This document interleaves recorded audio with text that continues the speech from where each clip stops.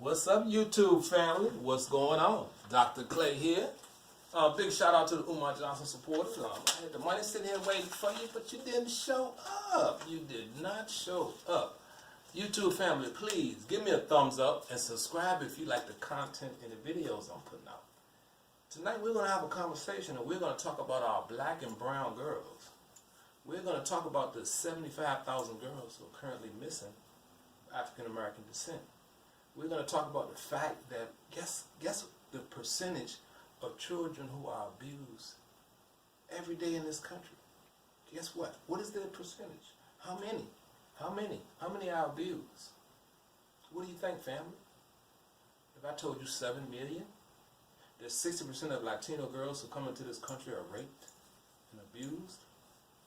For the last 12 years I probably worked with over, I would say 1,000 girls of black and brown descent who were abused in some form, format.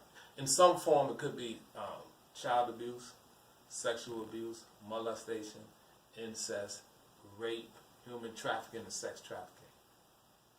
I don't talk about it a lot because it's a heavy topic. However, I've decided tonight that I'm going to share with you some of those journeys. And this particular case happened several years ago, and I recall sitting down. I was in my office and got a call. Next thing you know, later on, I come face to face with this particular individual, and she disclosed this to me, what occurred for one whole year in her life. This particular individual was probably approximately 12 or 13 years old. And when I heard the story, I don't know, I was shook. Now again, for 12 years I've been working with this population. So it's not like I haven't heard stories before or been through the process where it shook me. But this one had a different feel to it. So she basically told me what happened. And authorities were called. Individuals were arrested. And 48 hours later, she returned to see me. This particular young girl was traumatized, of course. She didn't trust no one. She didn't want to speak to anyone. She didn't want to talk to anyone. I became her source, to the detriment of my health. I prevented her from killing herself 4 times. I recall one particular, and this was this was outside of my usual hours. For some reason, I say it was something so particular about this particular case that I shared with the parent that I would like to have, that she could have contact with me outside of it. So, long story short, I was on my way to church one Sunday, and my spirit said, reach out to her. So I just, like a text message check-in. It has just happened that text message check-in, she was in crisis. So I remember leaving out of church and standing right in front of my church. Ebenezer AME of Fort Washington, Maryland. I'm on the phone for 45 minutes, de-escalating the situation. She was having an argument with her mother. So our relationship continued for about 3 months. When I say relationship, I mean me working with her, helping her to heal through her trauma. It was heavy. Again, she didn't trust anyone, and anytime she would have a traumatic experience, I was called. And it became so much. It became so detrimental to myself that I ended up having medical issues behind it. It was certain points during the situation where I wanted to give up. But then I reflected back on my trauma as a child and everything I went through, and that nobody was there really to help me besides my family members. And how could I give up on her when she trusted me to help her through the situation? And this went on time and time. And then I decided to introduce her to, because I was working with a group of girls who had been abused, either sexually, family abuse, physical abuse, and I had a group set up, and I called these girls the Daughters of Destiny. And I was already working with them, I think for probably about 3 or 4 months. So I had my core group, and after working with her, I brought it to her attention. I said, "Well, I think you're ready to I think you're ready to filter into my core group of girls." And she was starting to open up, and she ended up joining that group. And when she joined that group, she bonded with a couple of other girls in the group who were stories of similar to hers. But I continued to see her individually outside of the group because of the magnitude of her situation. And it became so detrimental to my health that I ended up going to the doctor several times. They were doing x-rays. I went to all kinds of specialists. They was trying to figure out what was in my chest. They were taking an x-ray, they see it, but they couldn't tell me what it was. And during that time frame, I was also dealing with some hateration. And certain individuals were envy and jealous of my position and what I was doing to help these young girls. And I had a lot of unforgiveness in my heart. And it was funny because toward this one particular person, when I went to the doctor and they stated to me they could see it, but they couldn't tell me what it was. And I went to another specialist and they told me the same thing. Then I came back home and I prayed one night. And God said, "It's that unforgiveness." And I remember releasing it. And everything just changed. And when I'm telling the story about her, I can't go into too much details because of the confidentiality. But however, I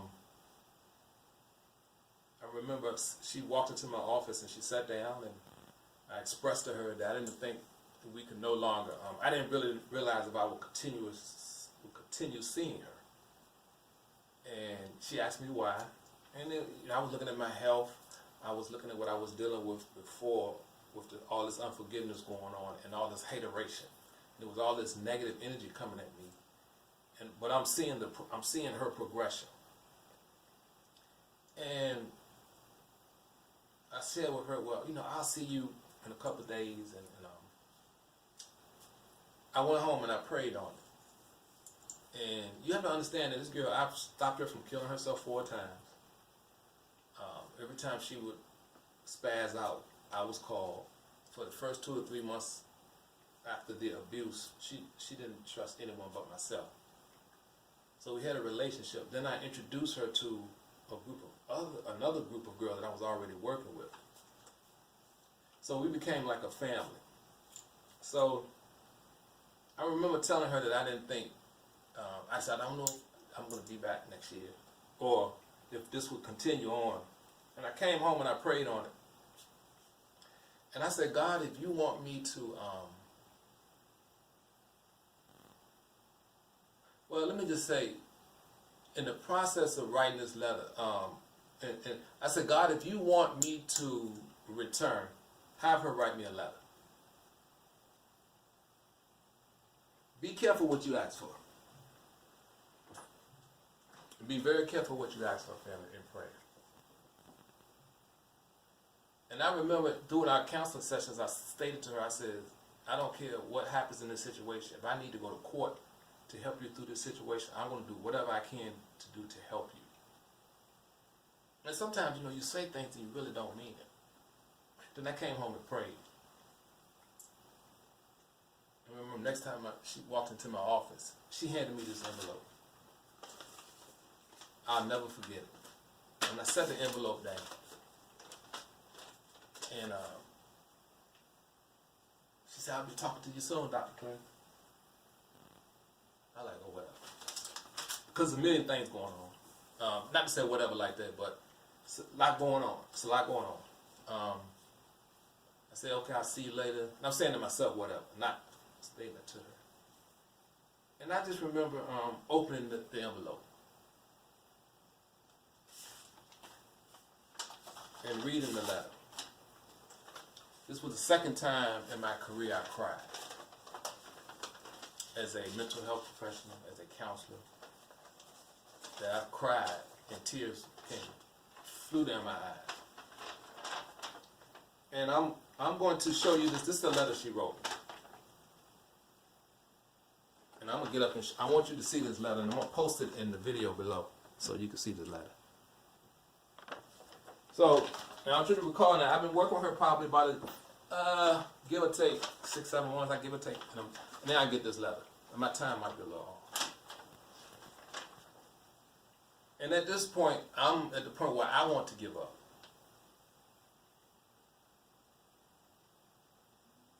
And I get this letter. Now remember, I went home and prayed on it. I said, God, if you want me to continue working with her, have her write me a letter. Thank you for being one of the greatest role models. Thank you for helping me with my troubles. You have truly changed my life. I've always looked at the bad side, but because of you, I try to look at the good side no matter what. You're the best guidance counselor to ever live. Not only have you changed my life, but you changed others, and we're all grateful for that. Thank you for being the best person to change our lives. Thank you so much for believing in me when I couldn't believe in myself. Thank you so much. And I sat down, and tears started coming down my eyes. Because I know what I have been through with her. And sometimes, family, I'm sharing this story because there's a lot more to this story. And actually, the whole story is in my book, but we're not going to talk about that right now. That's chapter 5. That's my favorite chapter of my book. But that letter really, and I won't give you the rest of the story because, again, but that letter shook me because here it is. I think she was 12, 13. She's writing in cursive, number one. And not only is she acknowledging herself, but she's acknowledging the other girls that were in the group. She said others. So that letter spoke volumes. And it was about 6 or 7 months ago, I was going through something. I can't remember exactly what happened. But I'm human just like you guys. I keep it 100. I'm human. And I woke up about 4 o'clock in the morning, and there was a lot going on in my mind. Again, when you're working with individuals who have been abused, you're dealing with a lot of trauma. And I checked my Facebook message, and I see this message, and I'm like, man, I can't keep crying. I'm a brother. We try to hold it tight. But I got this message from Paris Bernard, and I don't know what made her send me this message, but it was like God was saying, I got you, Flip. I got you, Dr. Clay. You good. And I'm going to read it. And it says, I remember going to District Heights Elementary School and being such an angry child due to abuse, neglect I was experiencing at home. But it was those times that I can remember speaking with you that made things feel just a little better. I don't think I ever came out and told you the reality of my life, but even if it was just for 30 minutes, you allowed me a space where I could just breathe a little.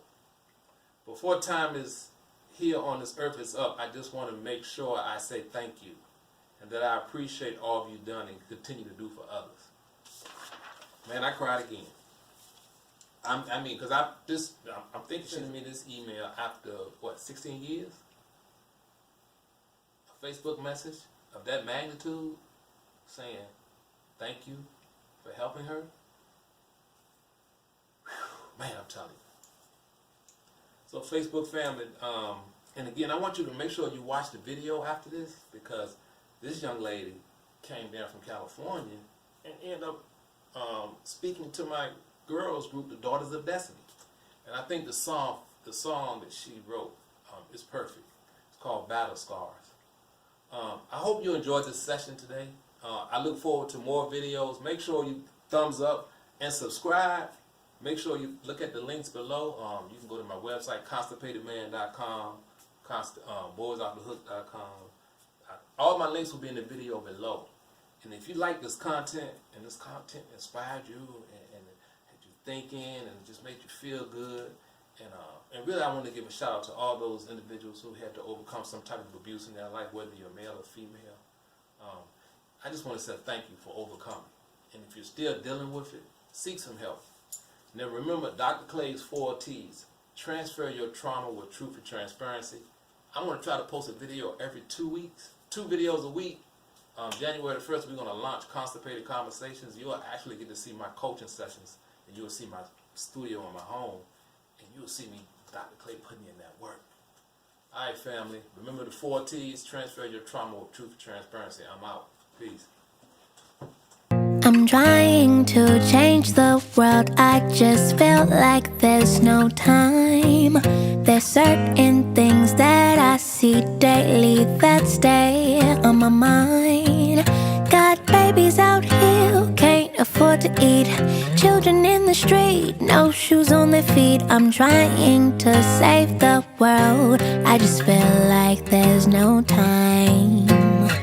I know you had enough, can't take another cut. Life got ups and downs, but you can't control it. It's not an easy war when you're falling short. No matter what, you just keep fighting. Wear your battle scars.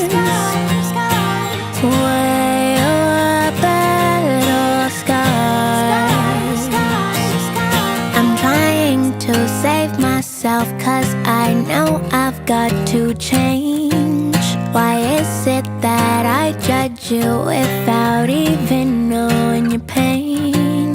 Got girls out here who sell their bodies cheap, got boys out here who sell drugs to eat. I'm trying to change the world, I just feel like there's no time.